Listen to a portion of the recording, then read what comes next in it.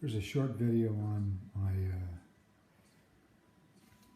home built, actually it's not home built, it was a Hobbyking $105 450 that they sold. I bought on sale.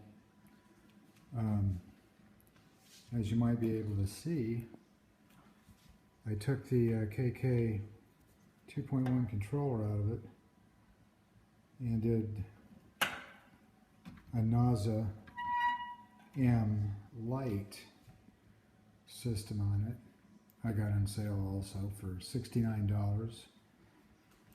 And what I plan on doing with this is using this for the Kodak SP360 camera that I got. Now I've had all kinds of different rigs set up on this, 3-axis and 2-axis gimbals, and it works incredible. And I've got a 6,000 milliamp hour battery that I use, and I get about 30 minutes of flight with all the gear on it. But so here's the camera. It's going to go on it. That's the camera, the 360. I bought this on sale too. I bought it for $153. And it's pretty cool, I will say. I still need to learn the software yet. And then here's the damper I'm going to install. And this thing is the Jeep of flying rigs.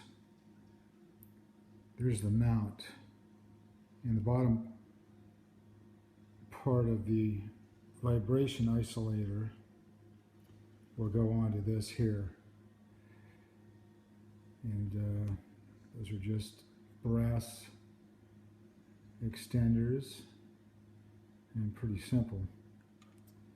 I've got a Turnigy camera that I use for FPV on the front of this thing, and also it produces some very nice stabilized video even without the gimbal. But anyway, that's it, and I will be shooting this fall with this thing in the downward position. And you want to carry this like this and point it down, and then you can extract all kinds of different angles off of this camera. I'm pretty happy with it so far. It's pretty cool. Anyway, that's it. Hope you enjoy the video.